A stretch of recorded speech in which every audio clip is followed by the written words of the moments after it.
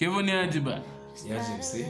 What's your word for the people? Our word for the people, as usual, the word comes from God. And we have a story here that I would love to share with all of us. A word that was shared yesterday. Since we have been facing something that is beyond our control, something that is beyond the comprehension of man.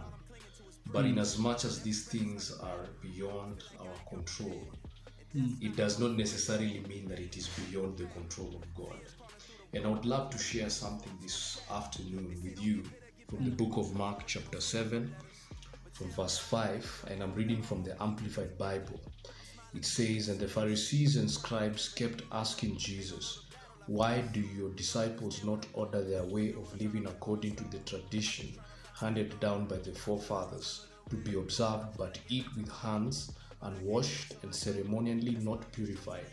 And verse 6 it says, 'But he said to them, excellently and truly, so that there will be no room for blame, did Isaiah prophesy of you, the pretenders and hypocrites, as it stands written, these people constantly honor me with their lips, but their hearts hold off and are far distant from me.' And the last verse it says, verse 7, 'In vain, fruitlessly and without profit do they worship me, ordering and teaching to be obeyed as doctrines the commandment and precepts of men.'"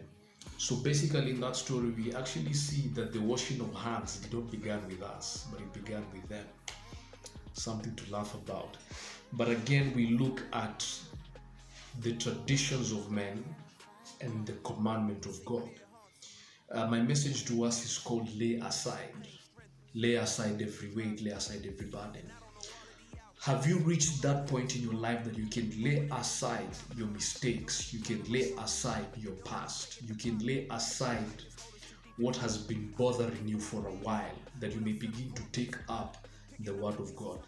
Let me tell you, the Word of God memorized becomes the Word of God utilized. How then can you utilize the Word of God if you don't memorize the Word of God?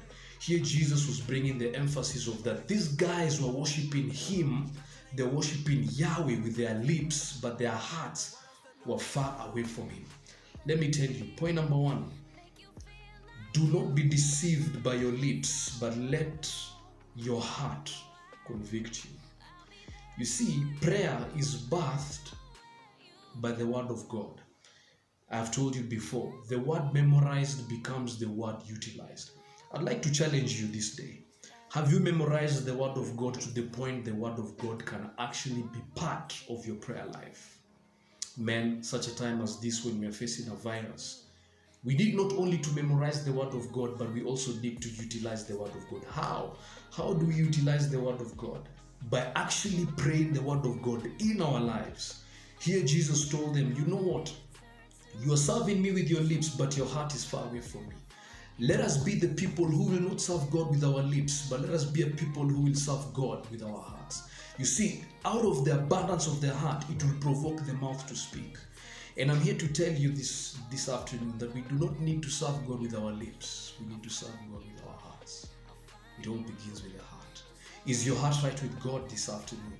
Is your heart right with God this season where we are in isolation, where we are in self-quarantine, that we have the time to seek God in our secret place, that our hearts will be convicted to walk with God once again? Wow.